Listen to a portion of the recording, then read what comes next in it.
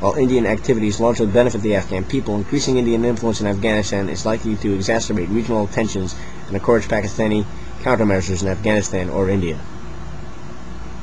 Iran plays an ambiguous role in Afghanistan, providing developmental assistance and political support to GIROA, while the Iranian Quds Force is reportedly training fighters for certain Taliban groups and providing other forms of military assistance to insurgents.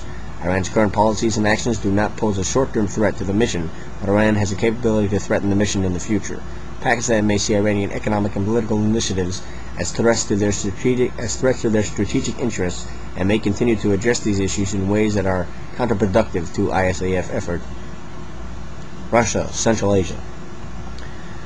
Afghanistan's northern neighbors have enduring interest in and influence over particular segments of Afghanistan. They pursue objectives that are not necessarily congruent to ISF's mission. ISAF's northern distribution network and logistical hubs are dependent upon support from Russian and Central Asian states, giving them potential to act as either spoilers or positive influences. Getting the basics right. ISAF is not adequately executing the basics of COIN doctrine. Thus, the first major recommendation of this assessment is to change and focus on that which ISAF has the most control of, ISAF. The coalition must hold itself accountable before it can attempt to do so with others. Specifically, ISAF will focus on two major changes to improve execution of COIN fundamentals and enhance organizational alignment and efficiency. ISAF will change its operating culture to pursue a counterinsurgency approach that puts the Afghan people first. While the insurgency can afford to lose fighters and leaders, it cannot afford to lose control of the population.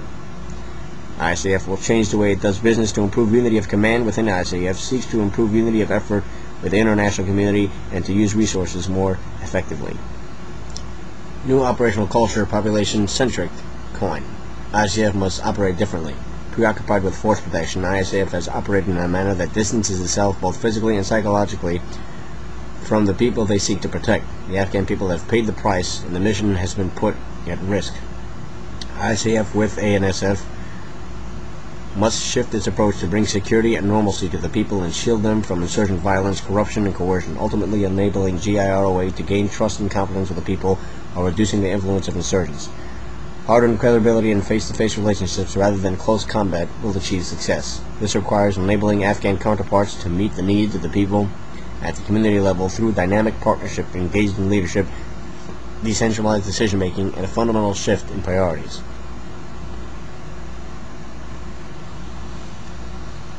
Improve understanding. ISAF's military and civilian personnel alike must acquire a far better understanding of Afghanistan and its people. ISAF personnel must be seen as guests of the Afghan people and their government, not as occupying army. Key personnel in ISAF must receive training in local languages. Tour lengths should be long enough to build continuity and ownership of success. All ISAF personnel must show respect for local cultures and customs and demonstrate intellectual curiosity about the people of Afghanistan. The United States should fully implement and encourage other nations to emulate the Afghan Hands program that recruits and maintains a cadre of military and civilian practitioners and outside experts with deep knowledge of Afghanistan.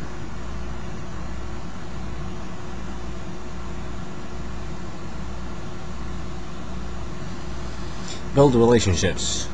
In order to be successful as counterinsurgents, ISAF must alter its operational culture to focus on building personal relationships with its Afghan partners and the protected population. To gain accurate information and intelligence about the local environment, ISAF must spend as much time as possible with the people and as little time as possible in armored vehicles or behind the walls of forward operating bases, otherwise known as FOBs, by the way. ISAF personnel must seek out, understand, and act to address the needs and grievances of the people in their local environments. Strong and personal relationships forged between security forces and local populations will be a key to success. Project Confidence. Creating a perception of security is imperative if the local population is to buy in and invest in the institutions of governance and step forward with local solutions. When ISAF forces travel through and even the most secure areas of Afghanistan, firmly ensconced in armored vehicles with body armor and turrets manned, they convey a sense of high risk and fear to the population. ISAF cannot expect unarmed Afghans to feel secure before heavily armed ISAF forces do. ISAF cannot succeed if it is unwilling to share risk, at least equally, with the people. Okay, what do you want them to do? Take off their vests? Or not run around with with the manned machine guns? I'm not really... Alright, well, that's the report. It's not me. In fact, once the risk is shared, effective force protection... how about we just give them vests and machine guns instead of us taking off ours? In fact, once the risk is shared, effective force protection will come from the people, and the overall risk can actually be reduced by operating differently.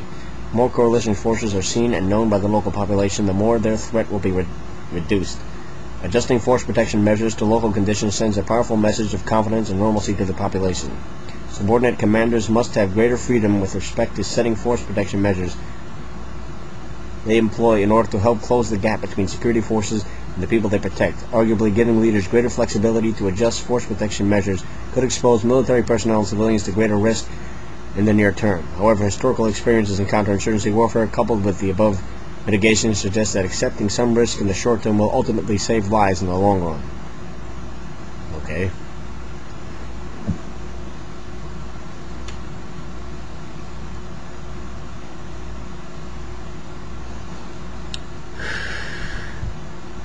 Decentralized. To be effective, commanders and their civilian partners must have authorities to use resources, flexibility, and their own initiative as opportunities arise while maintaining appropriate accountability measures. ISAF must strike the right balance between control and initiative, but err on the side of initiative. Mistakes will inevitably be made, but a culture of excessive bureaucracy designed with the best of intentions will be far more costly on blood and treasure. Reintegration and reconciliation. Insurgencies of this nature typically conclude through military operations and political efforts driving some degree of host nation reconciliation with elements of the insurgency. In the Afghan conflict, reconciliation may involve GIROA-led high-level political settlements. This is not within the domain of ISF's responsibilities, but ISAF must be in position to support appropriate Afghan reconciliation policies. Reintegration is a normal component of counterinsurgency warfare. It is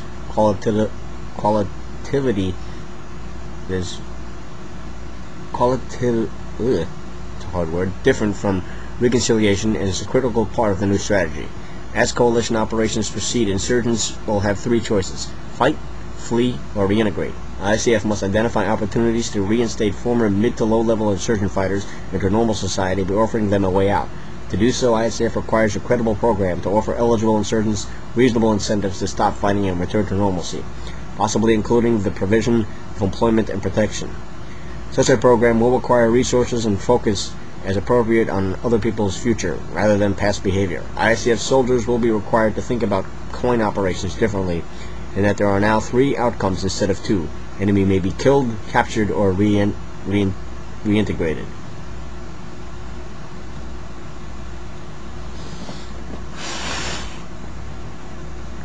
In executing a reintegration program, ISAF will necessarily assume decentralized authorities in coordination with the GIROA for ISAF field commanders to support the reintegration of fighters and low-level leaders. Local leaders are critical figures in any reintegration efforts and must be free to make the decisions that bind their entire community. Economic support to counterinsurgency. ISAF has important asymmetric advantage. It can aid the local economy along with its civilian counterparts in ways that the insurgents cannot. Local developments can change incentive structures and increase stability in communities. Economic opportunity, especially job creation, is a critical part of reintegrating the foot soldier into normal life. Economic support to counterinsurgency is distinct and cannot substitute for longer-term development initiatives. With some coordination, it can lay the groundwork for and complement those longer-term efforts and show that the Afghan government is active at the local level. ISAF must increase the flexibility and responsiveness of funding programs to enable commanders and their civilian partners to make immediate economic and quality of life improvements in accordance with Afghan priorities. Improve unity of effort and command.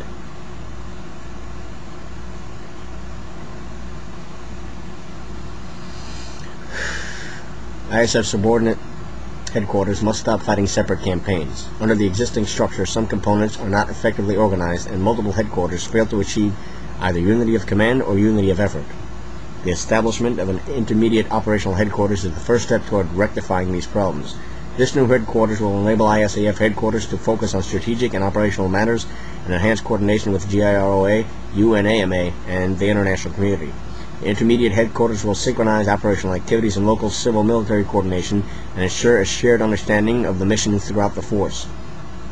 The intermediate headquarters must be supported with the increased information collection and analysis capabilities to improve significantly ISAF's understanding of the political